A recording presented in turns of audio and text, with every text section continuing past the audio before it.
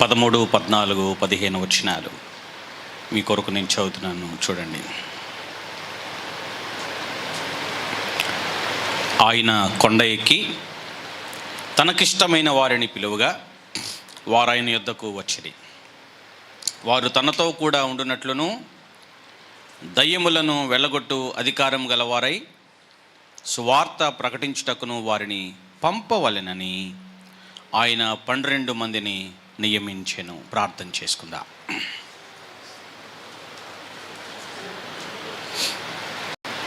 పరిశుద్ధుడైన మా ప్రియ పరలోకపు తండ్రి, ఈ పునరుద్ధాన దినమందు శ్రేష్టమైన సమయంలోనికి మేము వచ్చి ఉండగా మమ్మల్ని మీరు దర్శించి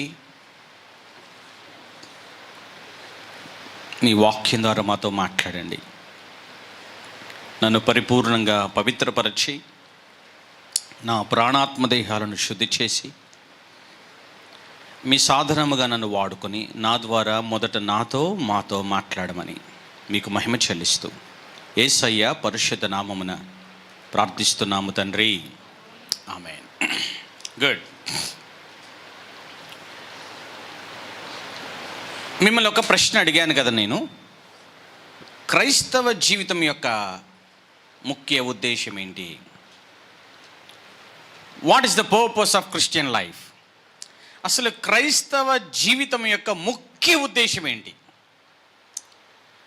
క్రైస్తవులుగా మనము జీవించుటకు గల ముఖ్య ఉద్దేశం ఏంటి? చాలామంది మందిరానికి ఎందుకు వస్తున్నారు? చాలామంది దేవుని సన్నిధికి ఎందుకు వెళుతున్నారు? వారికి ఒక ఉద్దేశం ఉంది. ఎవరికి? వెళ్ళేవారికి. ఏంటయ్యా నువ్వు ఎందుకు మందిరానికి వస్తున్నావు అంటే, బాగోలేదండి, ఆరోగ్యం బాగోలేదండి, చర్చికి వెళ్తే ఏమొద్దంట, తగ్గిద్దని చెప్పారండి. ఓకే, తప్పలేదు.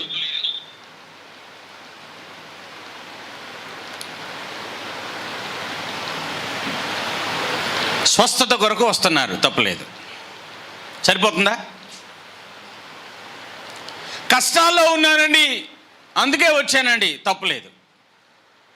కష్టములో ఉన్నాం కాబట్టి వచ్చాము, కష్టముల నుండి దేవుడు విడిపిస్తాడని నమ్మకంతో వచ్చాం, తప్పుందా? తప్పులేదు. అయితే సరిపోతుందా? ఉద్యోగం రావట్లేదండి, వ్యాపారంలో అభివృద్ధి లేదండి, పిల్లోడికి పెళ్ళిళ్ళు అవ్వట్లేదండి, పెళ్ళిళ్ళు అయ్యే కానీ గర్భఫలం లేదండి, అనుకున్నది ఏది జరగట్లేదండి, ఏది కలిసి రావట్లేదండి, చర్చికి వెళ్తే కలిసి వస్తుందండి అని వచ్చాం. ఓకే, తప్పేమనుందా? తప్పేం లేదు. దేవుని మందిరానికి వస్తే దేవుడు సమస్తాన్ని సమకూర్చి ఆయనను ప్రేమించే వారికి మేలు చేస్తాడు. అయితే అంతటితో సరిపోతుందా? అసలు మందిరమునకు మనం ఎందుకు రావాలి? క్రైస్తవులుగా మనం ఎందుకు జీవించాలి? మన క్రైస్తవ జీవితం పట్ల దేవుని ఉద్దేశం ఏమై ఉన్నది, అది ప్రాముఖ్యం. మీకు అర్థమవుతుందా?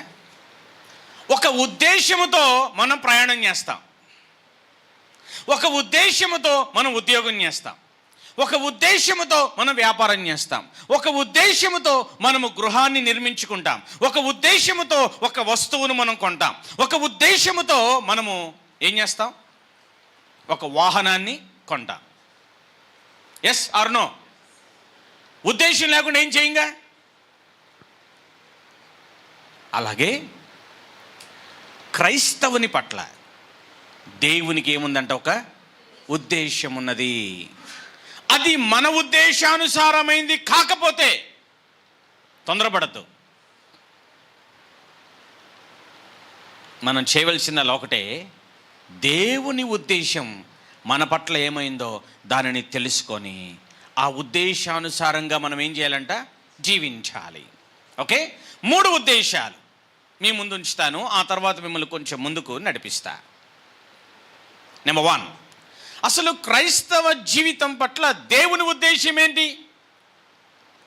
దేవుడు ఒక క్రైస్తవుడి నుండి ఏం ఆశిస్తున్నాడు?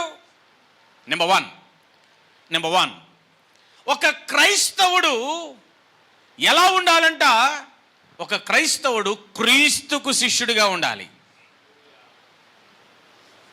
ఒక క్రైస్తవుడు యేసు ప్రభుకి ఎలా ఉండాలంట? శిష్యుడిగా ఉండాలి. మిమ్మల్ని ఒక ప్రశ్న అడుగుతున్నా, మీరు ఎంతమంది యేసే శిష్యులుగా ఉన్నారు? హలో, అందరు నా వైపు చూడండి. మిమ్మల్ని అడుగుతున్న ప్రశ్న, మీలో ఎంతమంది యేసు ప్రభుకి శిష్యులుగా ఉన్నారు?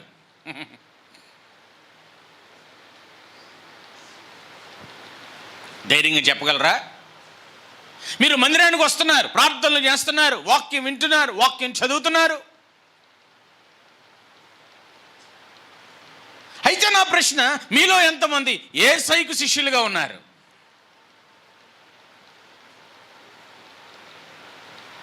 మార్కు సువార్త 3వ అధ్యాయము 13వ వచనంలో యేసు ప్రభుని గురించి, శిష్యుల గురించి స్పష్టంగా రాయబడింది కదా. ఎవరి గురించి? యేసు ప్రభుని గురించి, ఆయన శిష్యుల గురించి స్పష్టంగా రాయబడింది. అంటే యేసు ప్రభుకి మనము ఎలా మారాలి? ఇప్పుడు శిష్యులుగా మారాలి.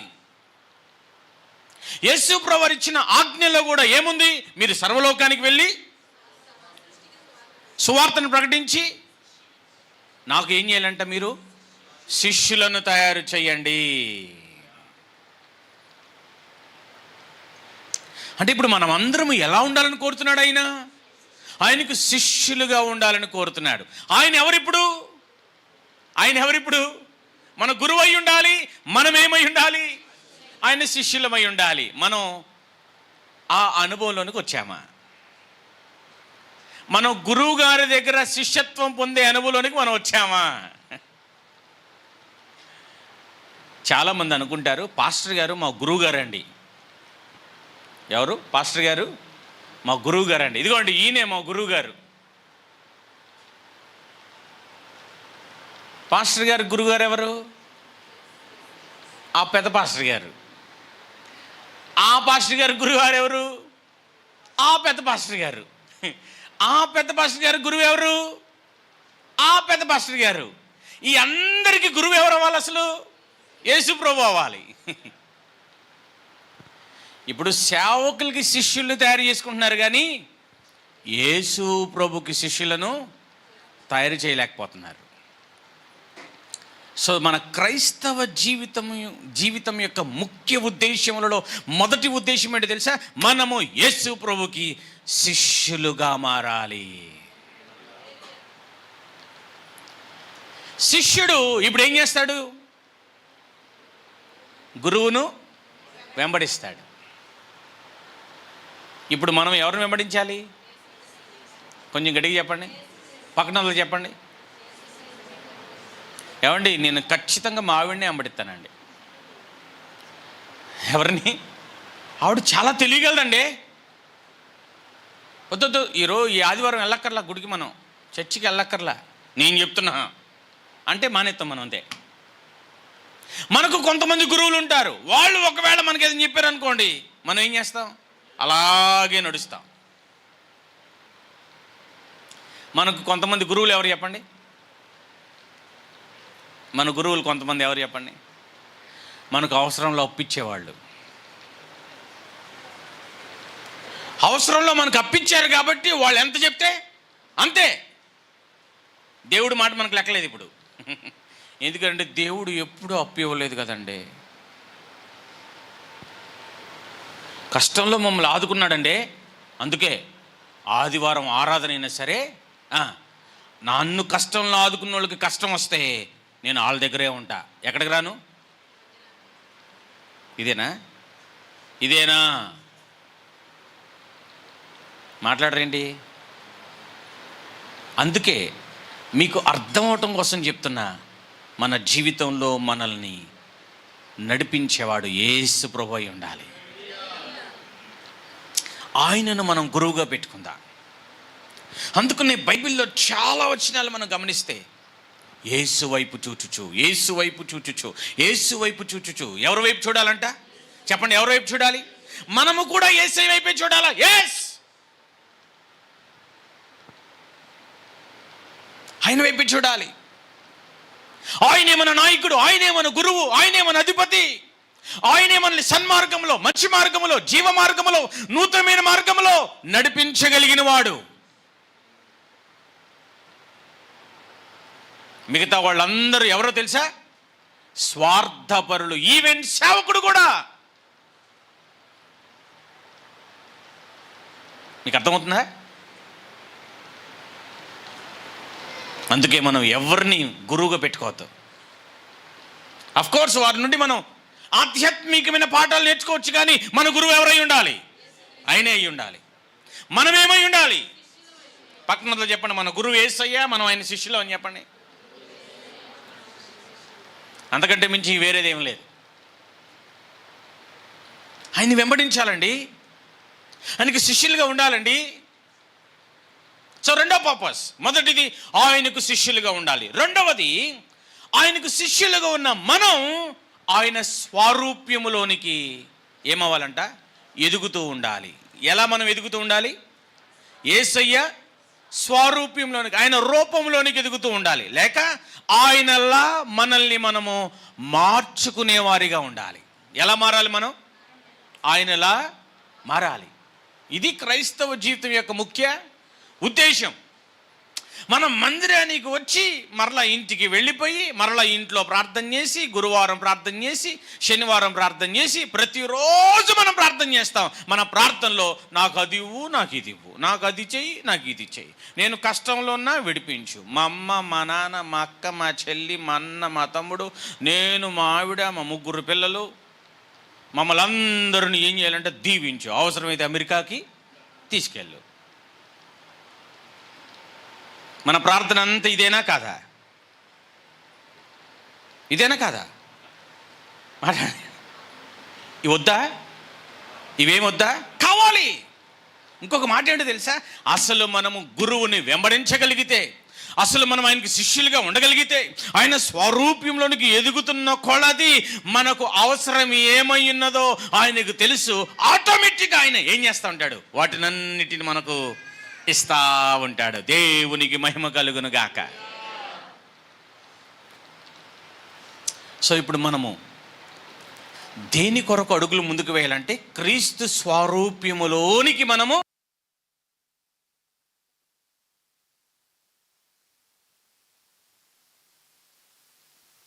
స్వరూప్యములోనికి మనము మారాలి. ఇది క్రైస్తవ జీవితం యొక్క ముఖ్య ఉద్దేశం. ఇదే దేవుడు మన నుండి ఆశించేది. ఒక క్రైస్తవునిగా, ఒక క్రైస్తవురాలిగా మన నుండి దేవుడు ఆశించేది తన కుమారుడైన యేసు క్రీస్తు వారి స్వరూప్యములోనికి మనము ఎదగాలని. ఈ రోజుల్లో ఎంతమంది అసలు దాని మీద దృష్టి పెట్టారు? దేని మీద? దేని మీద? యేసు ప్రభులా నేను మారాలి అనే దాని మీద ఎంతమంది దృష్టి పెట్టారు? హలో హలో, అందరు ఇక్కడే ఉన్నారా? ఎవరైనా కొండకేశారా? మార్క్స్ వార్త 3వ అధ్యాయంలో ఉన్నామండి. మేము ఆల్రెడీ 13వ వచనానికి వెళ్ళాం పాస్టర్ గారు అంటే. ఎక్కడ 13వ వచనం? కొండెక్కారా? రండి ఒకసారి ఎక్కుదాం, అందరం కలిసి ఎక్కుదాం. కానీ అందరూ ఒకసారి, ఎప్పుడైనా మనం నేను యేసయ్యలా మారాలి అనే దాని మీద దృష్టి పెట్టామా? ఆయన స్వరూప్యంలోనికి ఎదగటం అంటే ఏంటి? వైట్ అండ్ వైట్ వేసుకోవటమా? అసలు నల్ల డ్రెస్సే నేను వేసుకోనండి, రానివ్వనండి అసలు దగ్గరికి.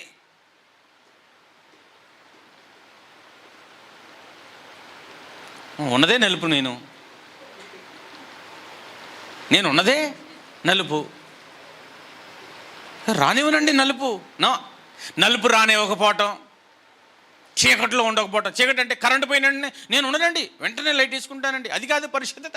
ఆయన స్వరూపంలోకి ఎదగటం మన డ్రెస్సు కాదు చూపించేది, మన హృదయం, మన అంతరంగం, మన జీవన విధానం, మన ఆలోచన విధానం, మన నడవడిక, మన ప్రవర్తన ఎలా ఉండాలంట? ఎలా ఉండాలి అంటారేంటి? కొన్నిసార్లు మిమ్మల్ని చూస్తూ ఉంటే ఈ గోడ మీద కోతులు వెళ్తూ ఉంటాయి. ఆ కోతుల్ని ఏమనక్కర్లా, శబ్దం కూడా రాదు అంటూ ఉంటుంది. ఎలా మారాలంటే అంటున్నారు మీలో. అది ఏం చెప్తానమ్మా మీకు? స్వరం రానివ్వండి బయటికి.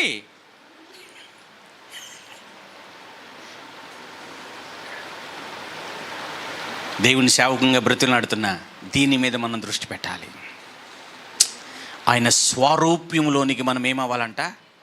ఇదండి ఉద్దేశం. మూడవది, ఆయన స్వరూప్యములోనికి ఎదగాలని ఇష్టపడిన మనం ఎదిగే ఇంకొక అనుభవం ఏంటో తెలుసా? క్రీస్తు యేసునందు మనము సంపూర్ణముగా చేయబడతామంట. ఆయన ఎందు మనం ఏమవుతామంట? సంపూర్ణం అవుతాం. కొలసీ పత్రికలో ఈ మాట ఉంది, చూడండి. ఊరిని మీకు అర్థం అవటం కోసం నేను చదివిస్తా. కొలసీ పత్రిక పౌలు భక్తుడు అద్భుతంగా రాస్తున్నాడు. మొదటి అధ్యాయం 28వ వచనం. కొలసీ పత్రిక మొదటి అధ్యాయం 28వ వచనం. ప్రతి మనుష్యుని క్రీస్తునందు సంపూర్ణునిగా చేసి ఆయన ఎదుట నిలవబెట్టవలెనని. అందరు నాతో చెప్పండి. ప్రతి మనుష్యుని క్రీస్తునందు సంపూర్ణునిగా చేసి ఆయన ఎదుట నిలవబెట్టవలెనని. ఇప్పుడు క్రైస్తవ జీవితం యొక్క ఉద్దేశం ఏంటి? మనము క్రీస్తునందు ఏమవ్వాలంట? సంపూర్ణమవ్వాలి. అబ్బా, ఇది ఉద్దేశం. ఇది దేవుడు మన నుండి ఆశించేది. ఇది కష్టం అంటారా, సులువు అంటారా? యేసయ్యను వెంబడించటం కష్టం అంటారా, సులువు అంటారా? మళ్ళీ తలకాయలు ఊపటమో పెదాలు కదపటం కాదు, స్వరం వినపడాలి నాకు. చెప్పండి, యేసయ్యను వెంబడించటం కష్టం అంటారా, సులువు అంటారా? కష్టం. ఎందుకు కష్టం? ఎందుకు కష్టం? ఆయన పర్ఫెక్ట్ గురువు. ఆయన ఎవరు చెప్పండి? పర్ఫెక్ట్ గురువు. మనల్ని ఎలా ఎక్కడికి నడిపించాలో అక్కడికి నడిపించే దాని మీద ఆయన దృష్టి పెట్టాడు. మనము ఇంపర్ఫెక్ట్గా ఉంటే ఆయన రాజీ పడడు.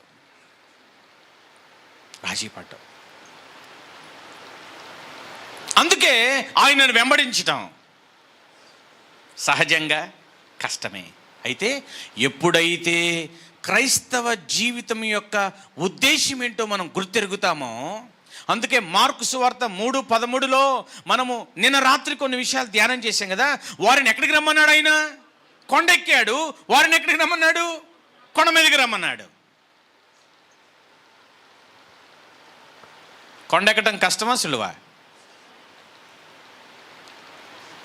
కొండెక్కటం కష్టమా, సులువా? మూడోసారి ముచ్చటగా అడుగుతున్నా. కొండెక్కటం కష్టమా, సులువా? కష్టమే. అయితే ఉద్దేశం ఎరిగిన వారికి అది చాలా సులువు. ఎందుకు మనకు సులువు అవ్వట్లేదు? ఎందుకు మనము కొండ ఎక్కమంటే ఒకవేళ ఎక్కలేకపోతున్నాం? ఎందుకు ఆయన ఎద్దుకు మనం వెళ్ళలేకపోతున్నామంటే ఆ ఉద్దేశం మనకు అర్థం కాలే. ఉదాహరణకు, ఒకవేళ కొండ ఎక్కమన్న ఉద్దేశం మనకు అర్థమైతే మనం ఏం చేస్తాం? ఎవరో లీక్ చేశారు, క్వశ్చన్ పేపర్ లీక్ చేశారు. ఆ క్వశ్చన్ పేపర్లో ఏమో తెలుసా? కొండెక్కిన ప్రతి ఒక్కరికి 1 కేజీ బంగారం ఇస్తారంట. కొండెక్కిన ప్రతి ఒక్కరికి 1 కేజీ బంగారం ఇద్దామని అనుకుంటున్నారు అని అంటే ఇప్పుడు కొండ ఎక్కుతారు లేదా? ఎక్కిన ప్రతి ఒక్కరికి ఇస్తారా? ఎస్, ప్రతి ఒక్కరికి ఇస్తారు. ఎంత? 1 కేజీ బంగారం. ఇప్పుడు మనం ఎక్కటం కాదు, మన మీద మన అమ్మను కూడా, అడుగు 75 సంవత్సరాలు వచ్చింది ఆయన, నేను ఇల్లే కదలే, నువ్వా నేను మోసుకెళ్తాక నువ్వు రేపమ్మప్ప పోతావు. పోయే లోపల నీ పేరు మీద ఇంకొక 1 కేజీ బంగారం సంపాదించుకుంటా. అవసరమైతే ప్రాణం పోతే కొండ దగ్గర వదిలేసి వస్తాడు పైన. మొత్తానికి ఇప్పుడు ఏమవ్వాలంట? అమ్మ పేరు కూడా ఏమవ్వాలంట? నోట్ అవ్వాలి అని ఈవిడ్ని భుజాన వేసుకొని ఏం చేస్తారు? కొండెక్కుతారు కానీ మందిరానికి రారు. మందిరానికి వస్తే ఏముందండి? మందిరానికి వస్తే ఏముంది? కొండెక్కితే ఏముందంట? అరగేజీ బంగారం ఉంది. ఎక్కుతారా లేదా? లేదేమంటే ఎక్కుతారు మీరు? బ్రహ్మ ఎక్కరా అంటే నేను అరకేజీ బంగారం గురించి చెప్పాను కాబట్టి ఎక్కడ అన్నారు? ఇప్పుడు ఎక్కిస్తారంట.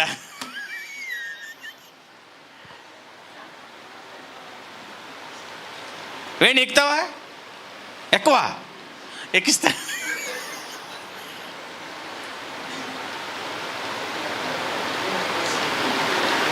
యాకోబు గారు అయితే ఒకవేళ హాస్పిటల్లో శాంతి ఎందుకమ్మా, నీకు దండం పెడతానని, ప్లీజ్ అమ్మా నువ్వు ఒక్క పూట ఓపిక పట్టు అన్నా. నేను కాళ్ళు ఒకళ్ళు చేతులు ఒకళ్ళు పట్టుకొని అవసరమైతే మంచం మీద నేను పడుకోబెట్టి ఎక్కడ తీసుకెళ్తాం? కొండ మీదకి తీసుకెళ్తాం. ఆగండి ఆగండి ఆగండి, మీరు నవ్వుతున్నారు కదా, ఖచ్చితంగా మనం ఆ పని చేస్తాం. కానీ మందిరానికి మాత్రం రాం, తీసుకురాం. అంటే మన దృష్టి ఎక్కడుంది? అక్కడుంది. కానీ ఎవరి మీద లేదు? యేసు ప్రభు మీద లేదు. మీకు అర్థమవుతుందని చెప్తున్నా.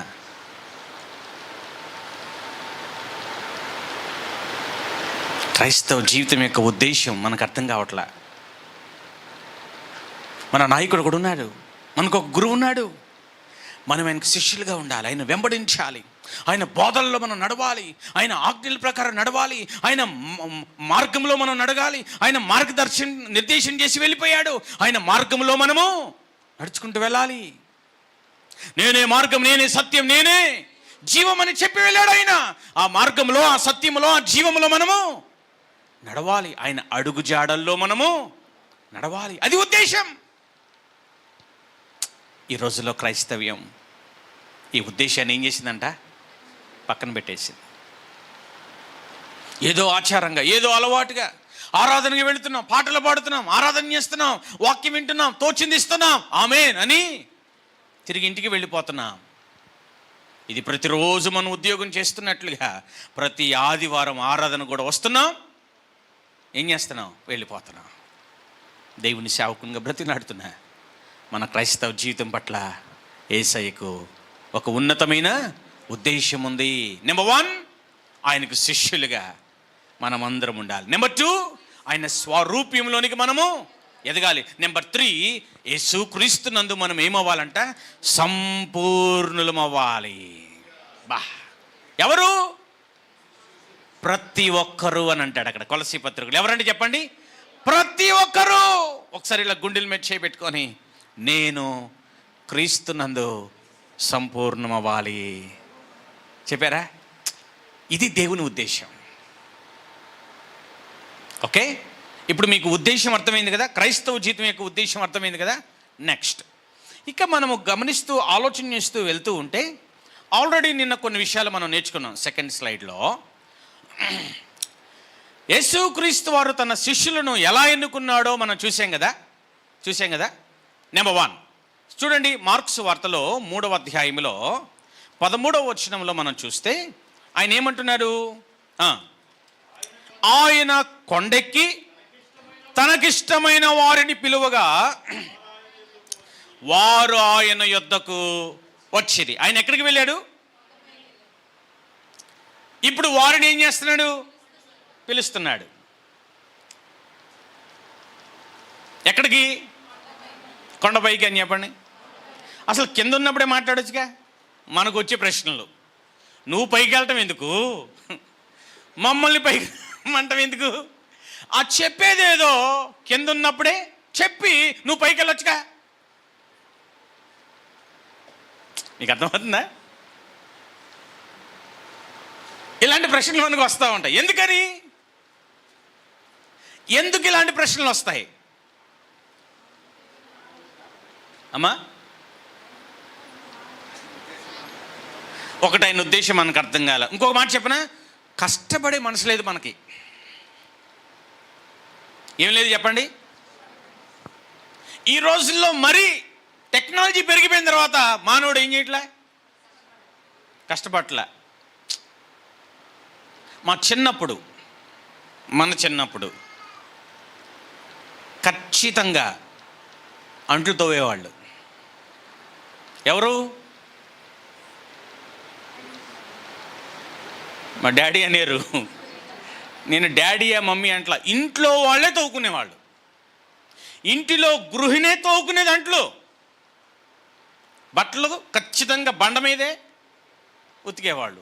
వాళ్ళు ఉతుకుతూ ఉంటే ఉష్ ఉష్ అని సౌండ్ వచ్చేది, అవునా? ఆ టైంలో ఉన్న వాళ్ళకి ఏం లేదు, బీపీ లేదు, షుగర్ లేదు, థైరాయిడ్ లేదు, ఆయాసం లేదు, అసలు వాళ్ళకి ఏ బలహీనతలు వచ్చేవి కావు. ఇప్పుడు ఏం చేస్తున్నారు? అన్నీ తీసుకెళ్ళి డిష్ వాష్లో పడేస్తున్నారు. బట్టలు అన్నీ తీసుకెళ్ళి వాషింగ్ మిషన్లో పడేస్తున్నారు. దేనికి ఇష్టపడట్లా? కష్టపడటానికి ఇష్టపడట్లా. అయితే ఈరోజు వర్తమానం ఏంటో తెలుసా? దేవుడు ఎవరిని ఇష్టపడతారో తెలుసా? దేవుడు ఎవరిని ఎన్నుకుంటాడో తెలుసా? సోమరిపోతులను ఆయన ఎన్నుకోడు, కష్టపడే వారిని ఆయన ఎన్నుకుంటాడు. సో ఇప్పుడు మనం ఎలా ఉండాలి చెప్పాలి? కష్టపడేవారిగా ఉండాలి. కష్టపడేవారిగా ఉండాలి. నెక్స్ట్ స్లైడ్లో దేవుడు సోమరిపోతులను ఎన్నుకోడు, కష్టపడే వారిని ఎన్నుకుంటాడు. ఎందుకు? కొన్ని వచనాలు నేను మీకు చూపిస్తాను. రండి. ఒకవేళ మనము దేవుని మందిరానికి వస్తూ కూడా సోమరిపోతులుగా, మరీ బాధతో చెప్తున్నా, భక్తి చేయటానికి కూడా మనకేంటంట బతకం. ప్రార్థన చేద్దాం అని అనుకుంటాం, కానీ కొసేపాకి చేద్దాంలే ఏంటంట, కొసేపాకి ఈ మరమరాలన్నీ తినేసి, ఈ బఠానీలన్నీ తిని కాస్త నోరు పుక్కిలించుకున్న తర్వాత ప్రార్థన చేద్దాం. ఈ బఠానీలు తినే లోపల మనకు శనగలు కనబడతాయి. ఆ శనగలు కూడా ఒక పట్టు పడితే అయిపోతుందిగా. ఆ శనగలు కూడా ఒక పట్టు పట్టాం, ప్రార్థన కూర్చుంటే అది మనం లోపల పట్టింది. ప్రభువా నీకు స్తోత్రం. అప్పుడు ఏమంటుంది తెలుసా? కొంచెం సేపు ప్రార్థన చేసి, ప్రభువా నా బాధ నీకు తెలుసుగా, ఎంత గ్యాస్ పట్టేసిన తర్వాత నేను ప్రార్థన చేయగలనా? నీవు అన్నీ ఎరిగిన వాడవు, ఎల్ రోయి తాగరు, నీవు యెహోవా రాఫావి. అసలు ఇవన్నీ వాడేస్తారు, కానీ ఏం చేయరు? ప్రార్థన చేయం. ఎట్టి పరిస్థితిలో ప్రార్థన చేయం. ఎంత చక్కగా ఒప్పుకుంటున్నాం. ఈ ఎల్రోయి యెహోవా రాఫా ఎప్పుడు జ్ఞాపకం వస్తాడు? అది అందుకే దేవునికి ఎవరు కావాలి? కొంచెం గట్టిగా చెప్పండి. సోమరిపోతులు ఆయనకు అవసరం లేదు. రండి, సామెతల గ్రంథం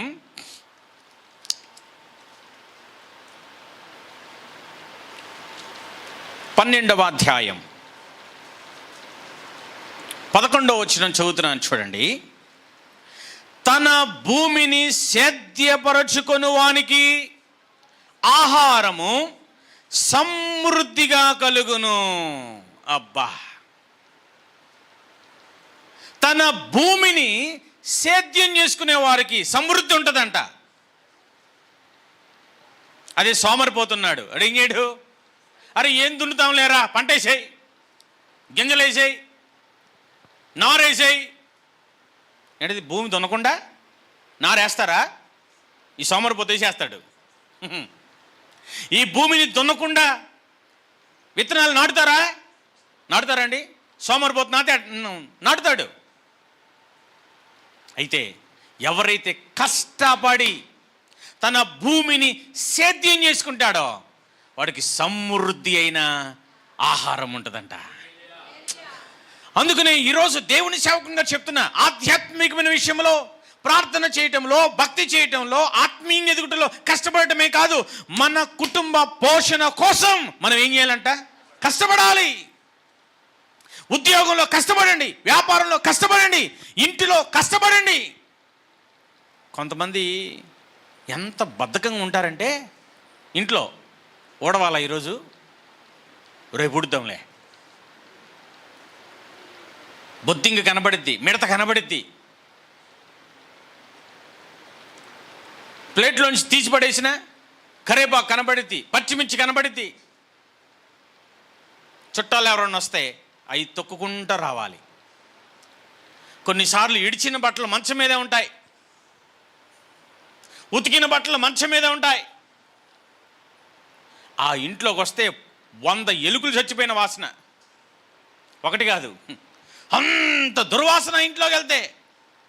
అందుకే అంటారు కదా, ఇంటిని చూసి, ఒకసారి చెప్పండి ఈ మాట, ఇల్లాళ్ళు చెప్పండి ఒకసారి,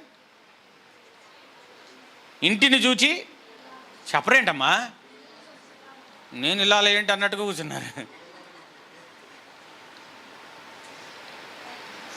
ఏం చేస్తాం చెప్పండి? బద్ధకిస్తాం, సోమరితనంగా ఉంటాం. అదే కష్టపడే వాళ్ళు ఇల్లు చూడండి, ఎప్పుడు వెళ్ళినా ఆ ఇల్లు ఇప్పుడే ఓపెన్ చేసినట్లు కొత్తగా ఉంటుంది. అదేంటి కట్టి అప్పుడే 5 సంవత్సరాలు అయిపోయిందా, ఎంత శుభ్రంగా ఉంది, ఎంత నీట్గా ఉంది అన్నట్లుగా ఉంటాయి కొన్ని ఇళ్ళు. అబ్బా, కొంతమంది అంటారు, అబ్బా మంచాలు అవసరం లేదండి, ఈ నేల మీద కూర్చొని చక్కగా నేల మీద పడుకోవచ్చండి. ఇంకొంతమంది అంటారు, అబ్బబ్బా ప్లేట్ ఎందుకండి, నేల మీద కలుపుకొని తినేచ్చండి అంటారు. అవునా కదా?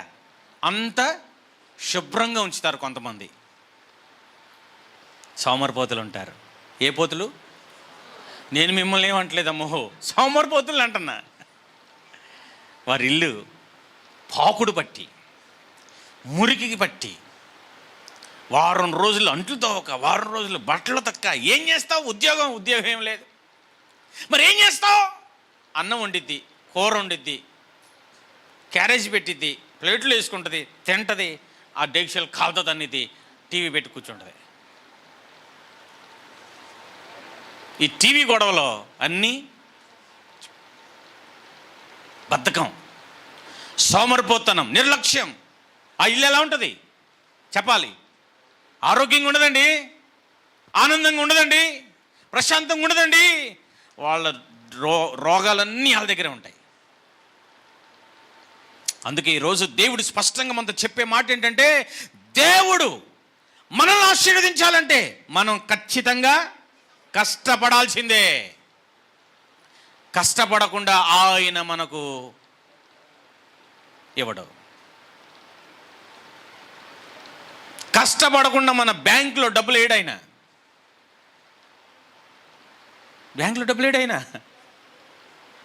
ఈజీ మనీని అలవాటు చేసేవాడు కాదు దేవుడు. మీకు అర్థమవుతుందా? వెళ్ళి బ్యాంక్ బ్యాలెన్స్ చూసుకో. దేవుడు నన్ను దర్శించాడు, ఈరోజు సంఘంలో వారి కోసం ప్రార్థన చేస్తే బ్యాంకులో ఏం పడతాయంట, డబ్బులు పడతాయని చెప్పాడు, మీ బ్యాంక్ బ్యాలెన్స్ చూసుకోండి అని మీ ఫోన్లు తీపిచ్చి దొంగ సాక్ష్యాలు చెప్పించే దొంగ బోధకులు చాలామంది ఉన్నారు. ఒక్కడికే వేస్తాడా? ఒకవేళ వేస్తాడా దేవుడు బ్యాంకులో డబ్బులు వేస్తాడా? వేయడు. అందరూ ఈ మాట వినాలి జాగ్రత్తగా. నా వైపు చూడండి, దేవుడు మీ బ్యాంకుల్లో డబ్బులు వేస్తాడా? కొంతమందికి డౌట్, వేస్తాడు అనుకున్నాను ఇప్పుడు దాకా. ఆయనకు అసాధ్యమైంది ఏదీ లేదు అని వాక్యం చెప్తుందిగా. ఆల్రెడీ ఒక అబ్బాయి బ్యాంకులో వేసాడంట. దేవుడు ఈ లోకంలో బ్యాంకులో డబ్బులు వేయాలంటే దేవుడు కూడా ఈ భూమి మీద బ్యాంకులో అకౌంట్ ఉండాలి. ఇది ఖచ్చితం. అకౌంట్ లేకుండా ఇంకొక అకౌంట్లోకి ట్రాన్స్ఫర్ అవుతుందా? అవుతుందంటే మోసం. నానా ఇంట్లో కూర్చొని తీరిగ్గా కాలార పెట్టుకుంటే దేవుడు బ్యాంకులో డబ్బులు వేయడు.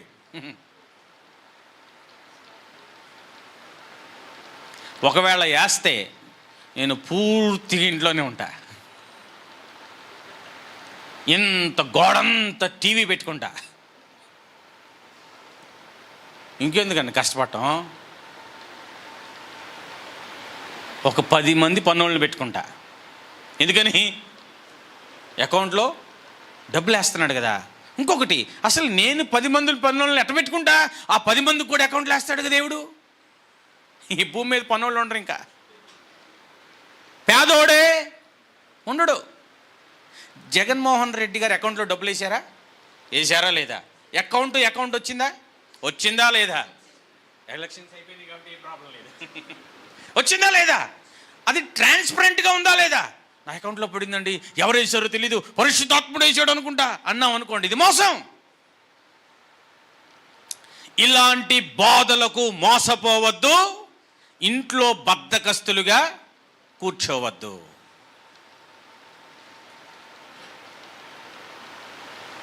ఎవరైతే తన భూమిని సేద్యం చేసుకుంటారో వారికి సమృద్ధి అయిన ఆహారము కలుగుతుంది. పక్కన వాళ్ళతో చెప్పండి, నీవు కష్టపడితే నీకు సమృద్ధి అని చెప్పండి. సామెతల గ్రంథం 10వ అధ్యాయము 16వ వచనం, 10:16. నీతిమంతుని కష్టార్జితము జీవదాయకము, భక్తిహీనునికి కలుగు వచ్చుబడి పాపము పుట్టించును. ఏంటంట? నీతిమంతుడు ఏం చేస్తాడంట? కష్టపడతాడు. ఆ నీతిమంతుని యొక్క కష్టార్జితము ఏంటంట? జీవదాయకము. సో ఇప్పుడు మనం ఏం చేయాలి చెప్పండి? కష్టపడాలి. నెక్స్ట్, సామెతల గ్రంథం 13వ అధ్యాయం 4వ వచనం, 13:4. సోమరి ఆశపడును గాని వాని ప్రాణమునకు ఏమీయు దొరకదు, శ్రద్ధ గల వారి ప్రాణము పుష్టిగానుంటుంది. సోమరి ఏం చేస్తాడు? ఆశపడతాడు, కానీ ఏమీ దొరకదు. కానీ ఎవరైతే శ్రద్ధగా ఉండి శ్రద్ధగా కష్టపడతారో వారి ప్రాణం ఎలా ఉంటుందంట? పుష్టిగా ఉంటుంది. నెక్స్ట్, సామెతల గ్రంథం 14వ అధ్యాయం 23వ వచనం, చాలా అద్భుతమైన మాట. ఏ కష్టము చేసినను లాభమే కలుగును. హల్లెలూయా.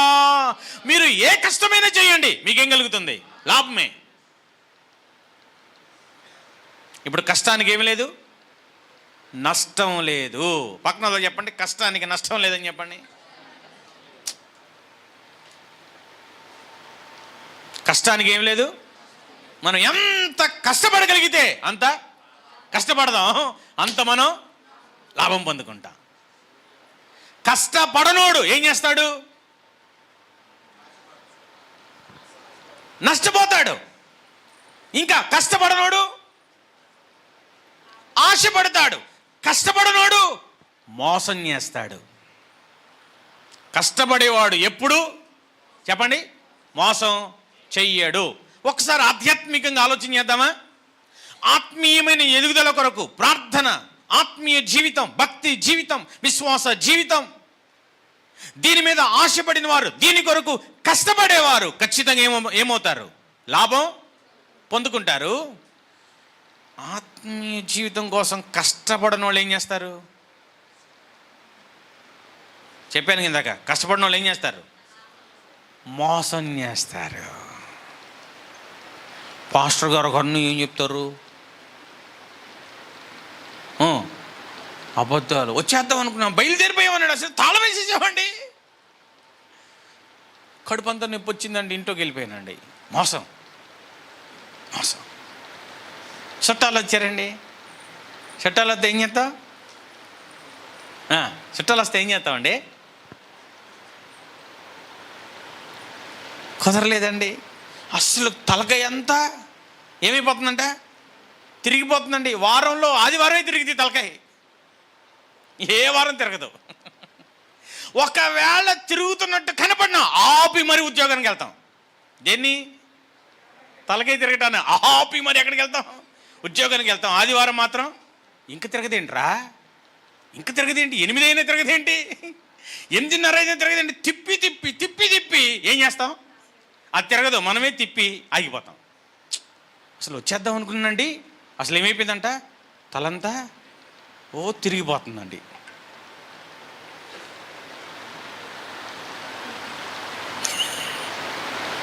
ఎన్ని మోసం చేస్తున్నాం, ఎన్ని మోసాలో, ఎన్ని అబద్ధాలో. దేనికోసం? ఒక్క పూట కూడా కాదు, ఒక్క 2-3 గంటలు ప్రభు సన్నిధిలో ఉండటం కోసం ఎన్ని అబద్ధాలు, ఎన్ని మోసాలు.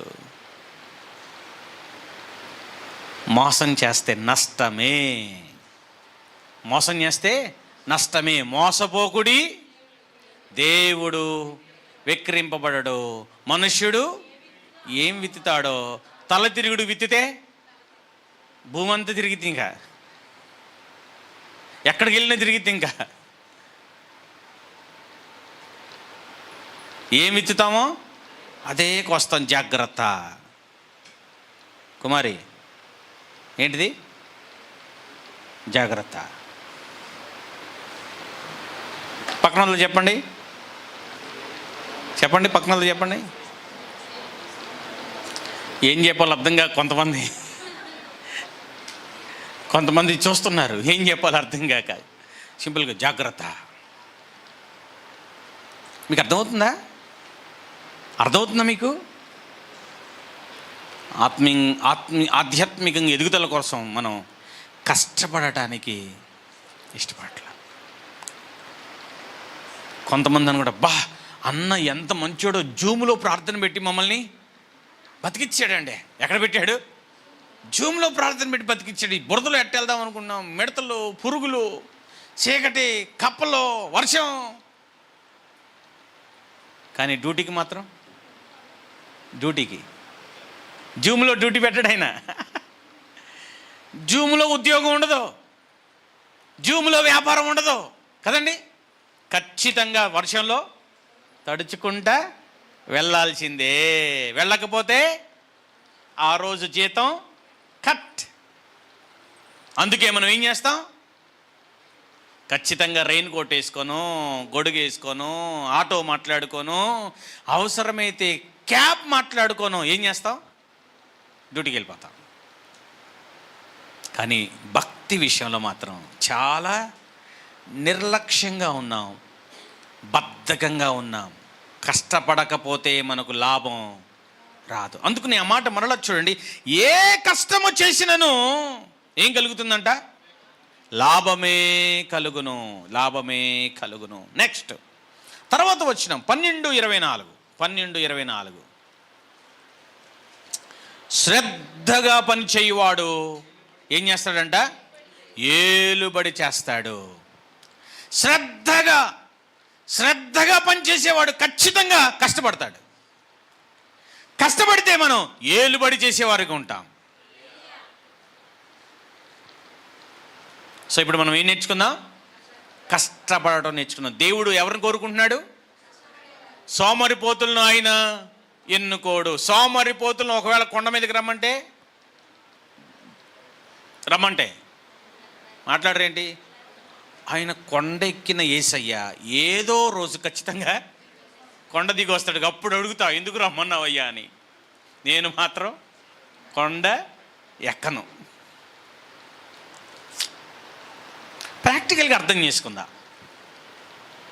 కొన్ని మార్లు కష్టం అనిపిస్తే ఆగిపోతున్నాం. నో ఆగద్దు. కష్టమైన ఇష్టముగా మనం భక్తి చేయాలి. ఓకే, నెక్స్ట్ తెస్సలోనికీయులకు రాసిన 2వ పత్రిక 3వ అధ్యాయము 10, 11, 12 వచనాల్లో పౌలు భక్తుడు ఒక ఆజ్ఞ ఇస్తున్నాడు. తెస్సలోనికీయులకు రాసిన 2వ పత్రిక 3వ అధ్యాయంలో 11, 12 వచనాలు చదువుతున్నాను చూడండి. మీలో కొందరు ఏ పని చేయక పరుల జోలికి పోవచ్చు, అక్రమముగా నడుచుకొనుచున్నారని వినుచున్నాము. అట్టివారు నెమ్మదిగా పని చేయొచ్చు, సొంతముగా సంపాదించుకొనిన ఆహారము భుజింపవలెనని మన ప్రభువైన యేసుక్రీస్తు పేరట వారిని ఆజ్ఞపూర్వకముగా హెచ్చరించుచున్నాము. ఇప్పుడు ఆజ్ఞ, హెచ్చరిక ఏంటంట? చెప్పాలి. ఏంటంట? పరుల జోలికి వెళ్ళొద్దు. నీ ఆహారమును నువ్వే కష్టపడి ఏం చేయాలంట? సంపాదించుకోవాలి. పరుల జోలికి వెళ్తే ఏం జరుగుతుంది? అయితే వారిని మనం మోసం చేయాలి, అయితే వారిని మనం దౌర్జన్యం చేయాలి, అయితే వారిని మనం బలవంతంగా వారి దగ్గర తీసుకోవాలి.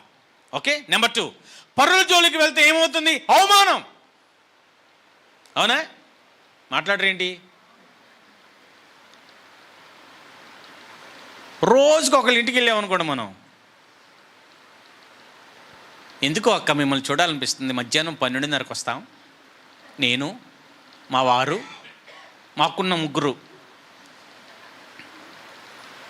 12:30 కల్లా వస్తాం అక్క. ముందు వద్దాం అనుకున్నాం కానీ కుదరదు, తర్వాత వద్దాం అనుకున్నాం కానీ కుదరదు, 12:30కి వస్తున్నాం కాబట్టి భోజనం కూడా చేస్తాం అని వారంలో 7 రోజులు ఉంటే 7 ఇళ్ళకి తిరుగుతూ ఉన్నాం అనుకోండి.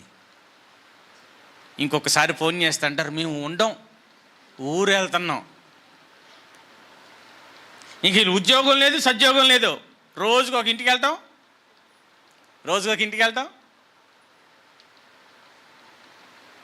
ఇలాంటి వాళ్ళకి ఏమి ఎదురవుతుంది? అవమానం. ఇలాంటి వాళ్ళకి స్నేహితులు ఉంటారా? వారం తర్వాత ఏంటి? రోజు రండి, 3 పూట్ల రండి. బ్రేక్ఫాస్ట్, లంచ్, డిన్నర్కి ముందు సాయంత్రం ఏంటంట? స్నాక్స్. మా ఇంట్లోనే 7 రోజులు అంటారా? ఎవరన్నా అంటారా? అంతటి దయాహృదయులు ఎవరైనా ఉన్నారా? ఏమండి?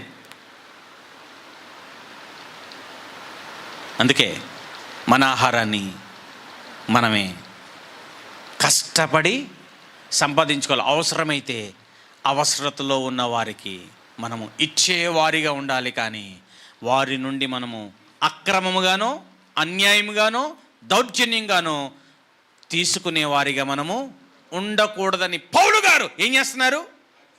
ఆజ్ఞాపూర్వకముగా హెచ్చరిస్తున్నారు. ఇదేంటంటే చెప్పండి? హెచ్చరిక. ఓకే.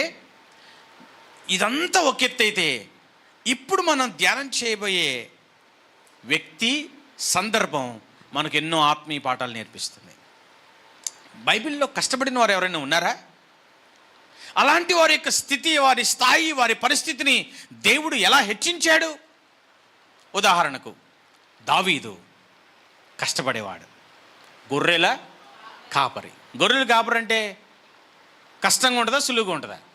కష్టం. ఓకే. మోషే గారు గొర్రెల కాపరి, కష్టమేనా? కష్టమే. పౌలు గారు కష్టపడ్డారా? కష్టపడ్డారు లేదా? పరిచర్యలో అద్భుతంగా పరిచర్య చేశారు కదా. ఎన్నో దేశాలు కష్టపడి ఆయన తిరిగారు, అనేక ఆత్మలను ప్రభు కొరకు సంపాదించారు. వెళ్ళిన ప్రతి పట్టణంలో ఆయన సంఘములను స్థాపించారు. కష్టపడ్డారా? Okay, good. రండి, రాజుల మొదటి గ్రంథం 19వ అధ్యాయం 19వ వచనము నుండి చదువుతున్నాను.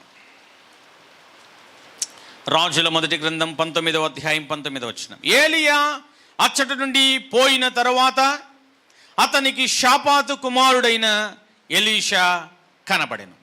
అతడు తన ముందరనున్న 12 అరకల ఎడ్ల చేత దున్నించుచు 12వ అరక తాను తోలుచుండెను.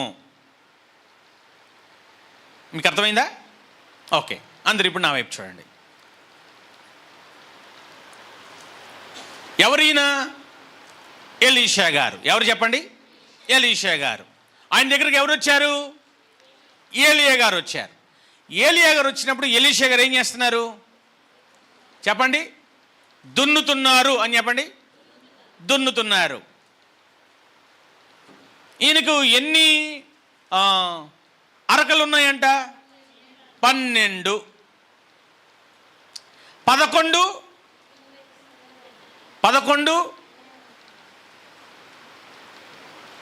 దున్నిస్తున్నాడు.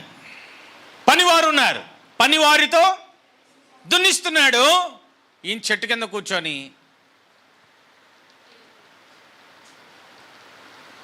కింద కూర్చొని ప్రశాంతంగా ఉన్నాడా? పని చేపిస్తున్నాడా?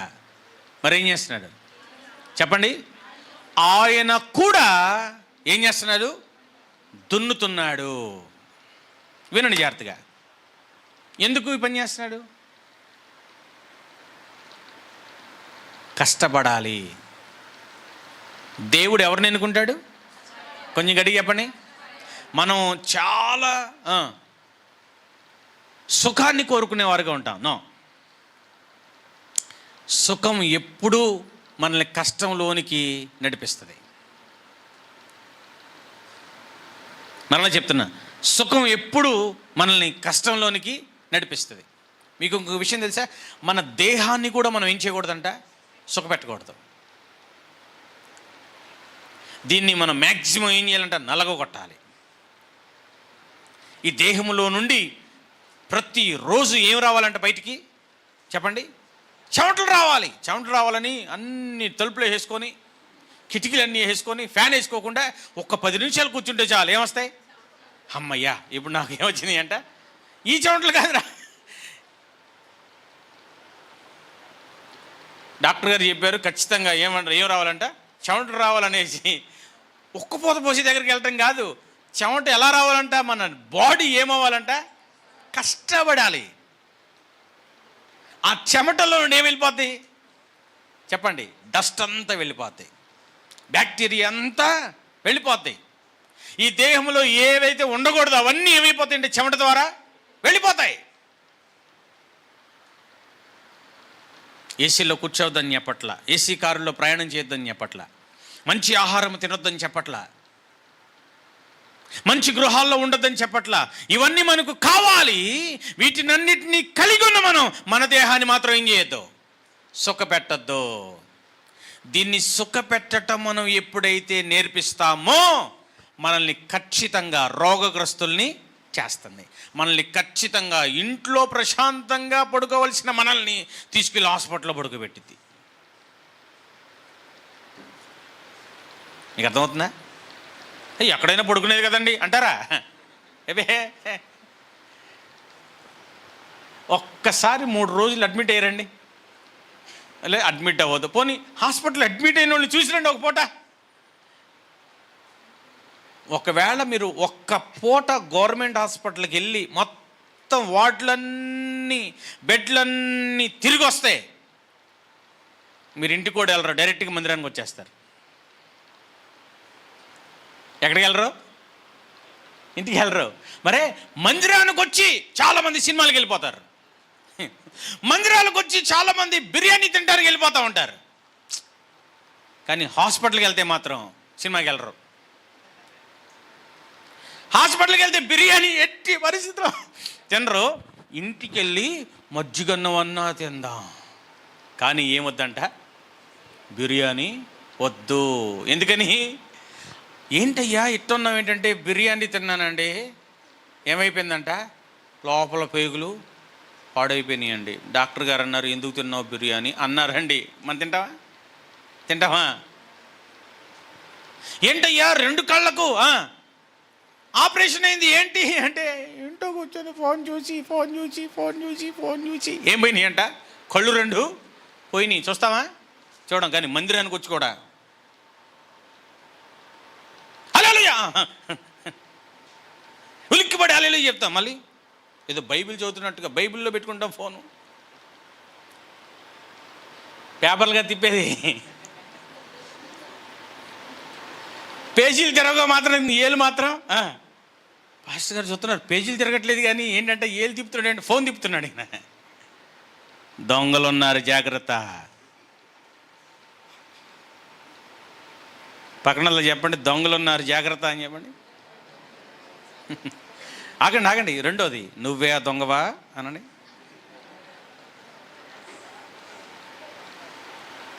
కొంతమంది వేరే వాళ్ళు వెనకాల కూర్చోడానికి ఇష్టపడతారు, వెనకాల నక్కి కూర్చుంటారు. ఎందుకని? దొంగ చేసి కనపడకూడదు. ఒకవేళ మనిషి తలకేట కనబడినా చేతులు మాత్రం కింద ఉంటాయి. ఫోన్ చూసుకుని వాట్సాప్లో ఎవరు మెసేజ్ పెట్టారా? ఎవరైనా మెసేజ్ పెట్టారనుకో మళ్ళీ వాళ్ళకి రిప్లై ఇవ్వాలిగా. రిప్లై ఇప్పుడు పెట్టేవేంటి మెసేజ్? నేను ఎక్కడున్నాను తెలుసా? ఎక్కడున్నా అంట ఆరాధనలో ఉన్నా. అవసరం ఇప్పుడు నువ్వు ఆరాధనలో ఉంటే మళ్ళీ మెసేజ్ పెట్టాలి, నువ్వు పెట్టాలా? మళ్ళీ దానికి తలకాయ పైకి కిందకి పైకి దీనికి చూస్తూ ఉంటే నేను కంగారు పడాలి. ఏమైందిరా ఈయనకి? బాతులాగా తలకాయ కొంగలాగా తలకాయ ఊపుతూ ఉన్నాడు.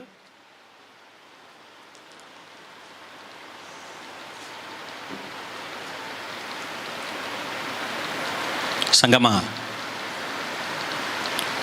సుఖము విలాసవంతమైన జీవితాన్ని మనం కోరుకోవద్దు. ఎంత సంపాదన ఉన్నా మన దేహాన్ని మనం ఏం చేద్దాం? కష్టపెడదాం.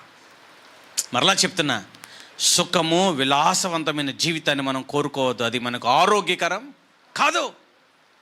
సంపాదించుకోండి, దాన్ని దేవుడు కూడా వద్దంట్లా అంగీకరిస్తాడు. కష్టపడండి, ఆయన మీ కష్టాన్ని ఏం చేస్తాడు? ఆశీర్వదిస్తాడు. కానీ మీ దేహాన్ని మాత్రం ఏం చేయొద్దు? సుఖపెట్టద్దు. అరే 12 అరకల ఎడ్లున్నాయిగా, 11 అరకలు దున్నటానికి పనోళ్ళు ఉన్నారుగా. 12 వరకు కూడా దున్నటానికి పనోళ్ళు లేక,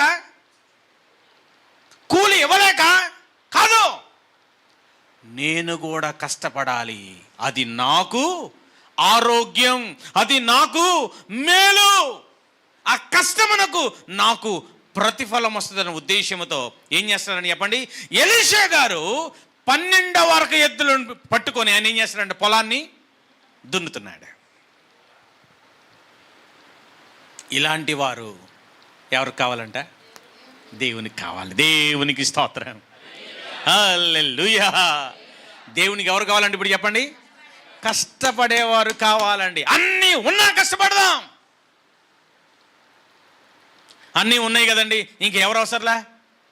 దేవుడు అవసరంలా, ప్రార్థన అవసరంలా, భక్తి అవసరంలా, విశ్వాసం అవసరం లేదు, ప్రార్థన అవసరం లేదు, మందిరం అవసరం లేదు. నో నో నో, కష్టపడదాం. అన్నీ ఉన్నా ప్రార్థన కొరకు కష్టపడదాం.